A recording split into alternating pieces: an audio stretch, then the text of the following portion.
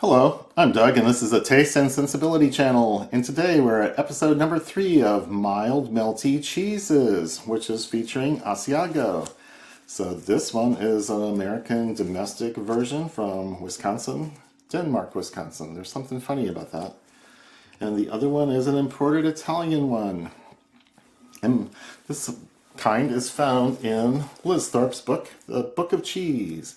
And this is really in her Havarti gateway, and I've explained all that Gouda versus Havarti stuff, but she likes Gouda, Havarti, Asiago, and Colby for their mild taste but melty texture, and they melt wonderfully.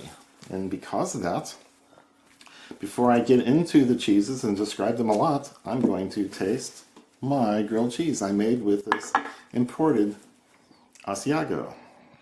So if you like the videos you've been seeing here on this channel, please give this one a thumbs up.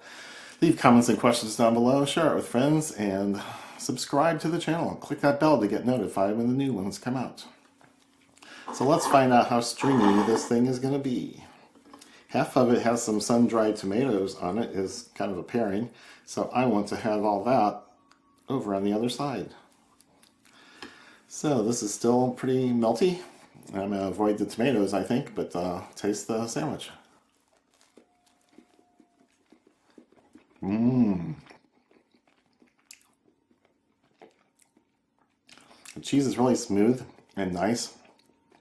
Dairy notes are mild, buttery, and there's a tanginess to it. There's a little something that would make me suspect sheep milk or some process that adds that little tang to it. I'm not sure, but we know this is cow milk cheese.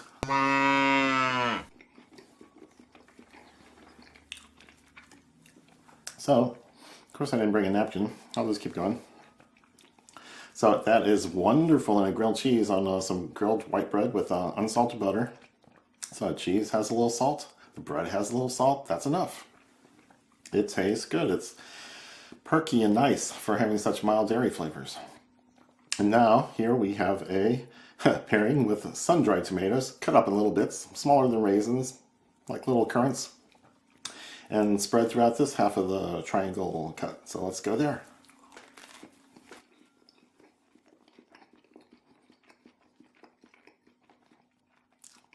Oh, interesting.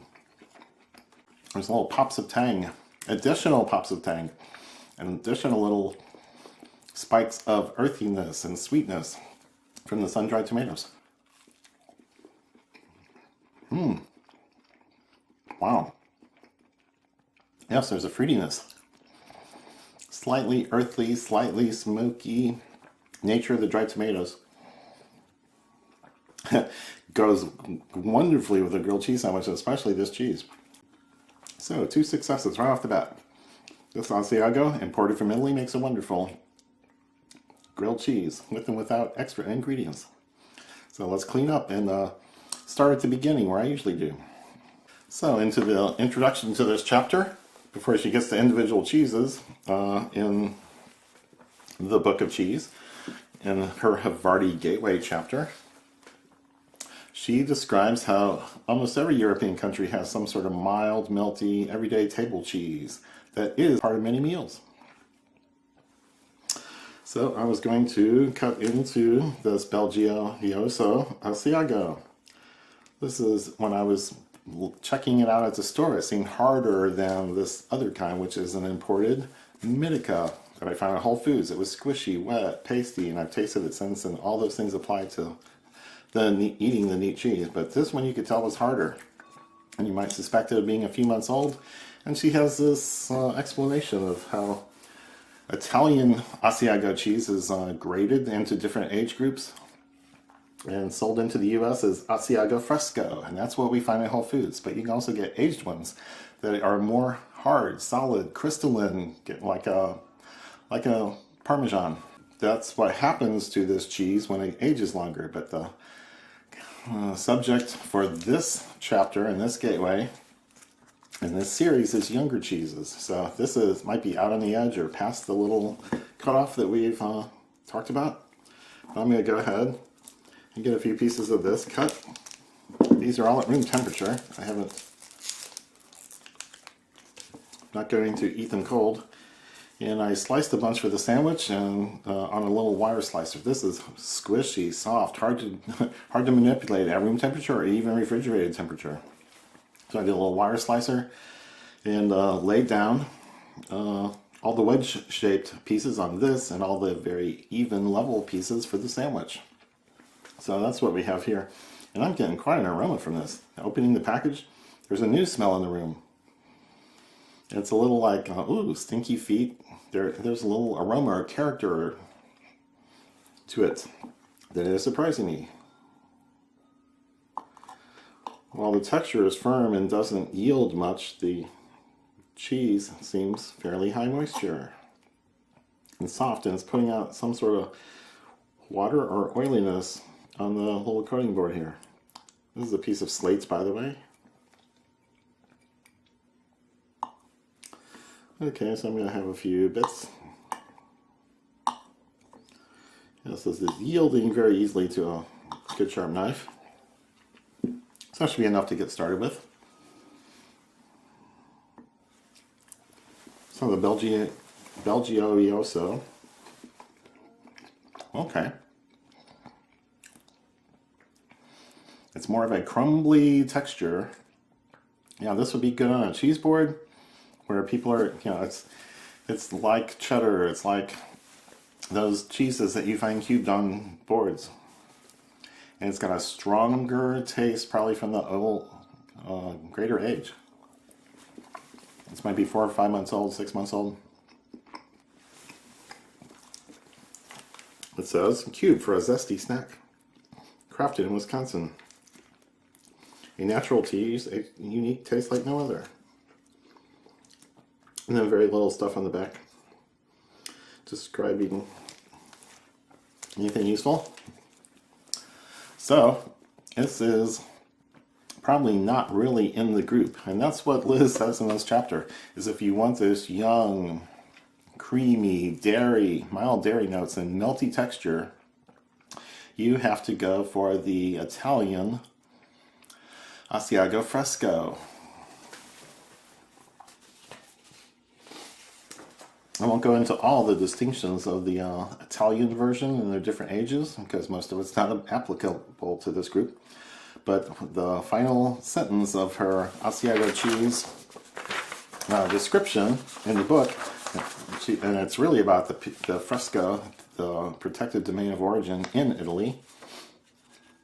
It's a cheese that must be purchased from an Italian producer, as American brands tend to wind up in the indecisive middle age of aged Asiago and lose the fresh, tangy backbone that keeps the cheese balanced.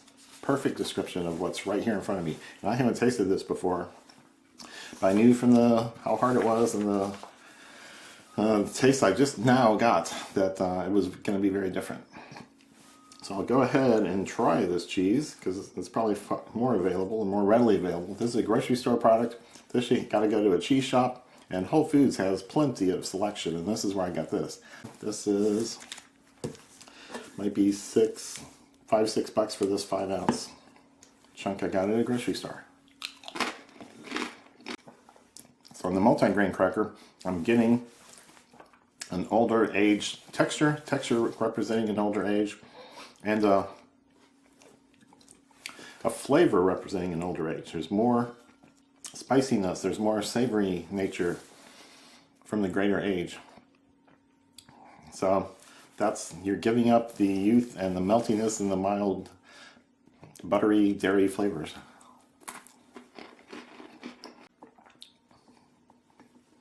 So there's nothing wrong with the domestic Asiago, but it is not the cheese that Liz wants to put out and showcase in this group. So I'm going to clean up a little and switch cheeses. And cut off another little piece, an irregular shape, from the Italian Asiago, and give that a little taste. Oh wow.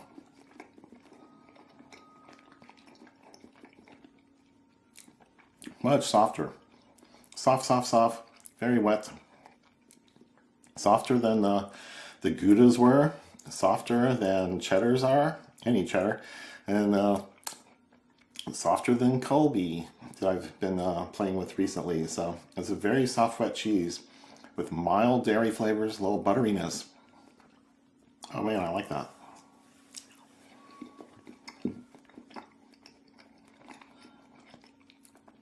And it has a tanginess to it that I picked up in the sandwich. Just a little tiny pop of acidity. Can't really tell if it's lactic or some other kind from some part of the process I know nothing about. I don't know how to make cheese. I'm going to take a little piece of more thinly sliced and get it on a cracker.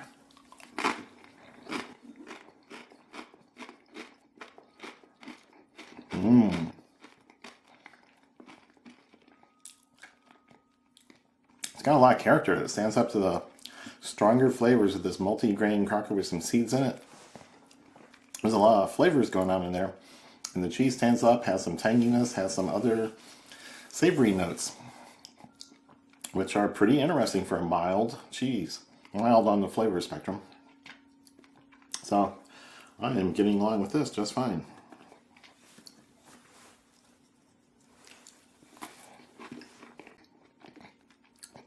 On a buttery cracker, the cracker is the more salted partner. The cheese is less salty, it's creamy, it's rich. It's got a luscious texture. That was really good on that cracker. Yeah, so different crackers and the foods highlight different parts of the cheese. So that makes pairings and experimentation pretty interesting. Let's do something on a flatbread. Very good. And the cheese is the saltier partner. And it still highlights the tanginess, the dairy flavors, a slight butteriness. So this cheese is working out on everything. And Liz describes a breakfast sandwich recipe that she came up with. And this was her first choice for the cheese that had to stand up to, bacon and butter and tomato or something like that on a breakfast sandwich on an English muffin. So I think I will move on to pairings. I think this is the more delicate flavors, and I'll do these first, and then I'll go back over to the domestic Asiago and taste a couple things there. But I'm going to take a small piece of flatbread and do it with some white wine. This wine's a Torrantés from Uruguay. So Torrantés is an interesting grape from Argentina usually, and Uruguay's nearby, and I think they're just borrowing the grape and the nice growing conditions in that region where it was developed. So I'll do wine and then cheese and then wine again. So the wine is nice, fruity, fresh, modest acidity, a little bit medium to medium low acidity, but really interesting. But bright and fresh and fruity, mild acidity. Let's go with the cheese.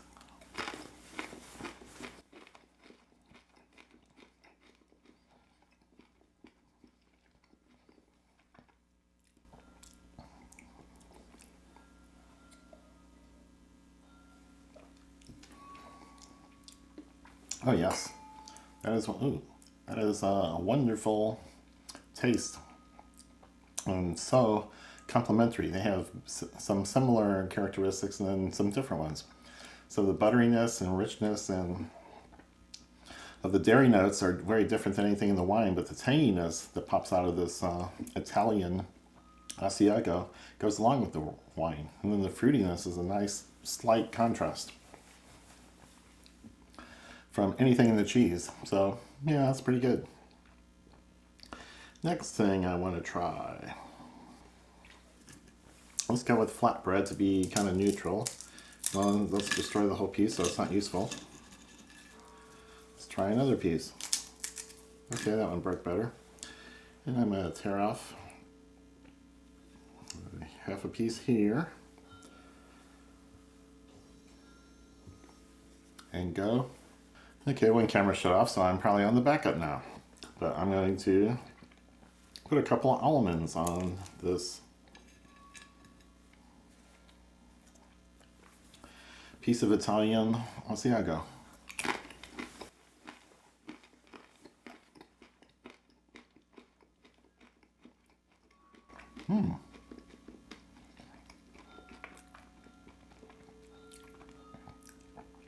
Yeah, that's interesting. The cheese is totally devoid of any nutty notes that do pop up in some more aged cheeses. So the nuttiness of the almonds, they're good roasted crispy almonds with some crunch. So there's a flavor contrast and a texture contrast. And that worked out pretty well. Okay, I think I'll try to pair some of the Asiago, the Italian one, with a small bit of a mission fig. Taking off the stem, but it's the whole thing. I'm squashing it down to spread it around. So, multi-grain cracker, mission fig, pretty soft and squishy, and the Italian Asiago.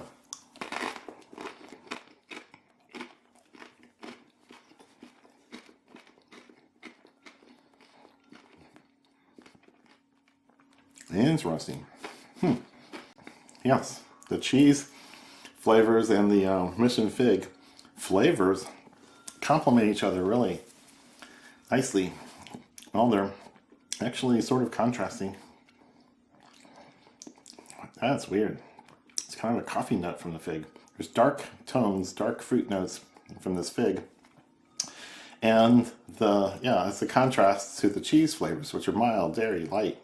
And there's stronger sweet fruit flavors in the fig, but the texture contrast is, there is no contrast. This is squishy soft, and this is squishy soft, and they all just mush together. So might want to address that if texture is a big deal to you or your guests.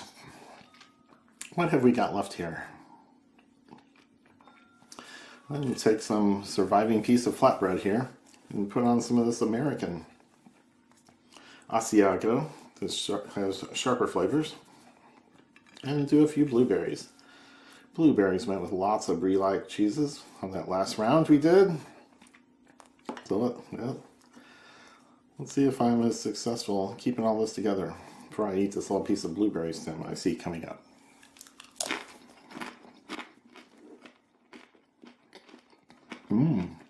Okay, that works. Blueberries, nice and fruity, a little concentrated on the flavors, and then the cheese, the American domestic Asiago, has some stronger flavors. That slightly sulfury, slightly stinky feet, old shoes, sweaty shoes, that sort of direction, but it's not very strong, it's not very intense, but that's definitely the character. So, that's working. So I don't want to attack this cheese. It is great on its own, by itself, in its own little world, but it is not this young, fresh, moist Asiago that Liz really promotes in her book, in the Havarti Gateway. So again, please like this video, leave comments and questions, subscribe to the channel, and click that bell to see when we post, often on Mondays. I'm going to keep exploring these cheeses that Liz has put into her Havarti Gateway. So come back for more, and cheers.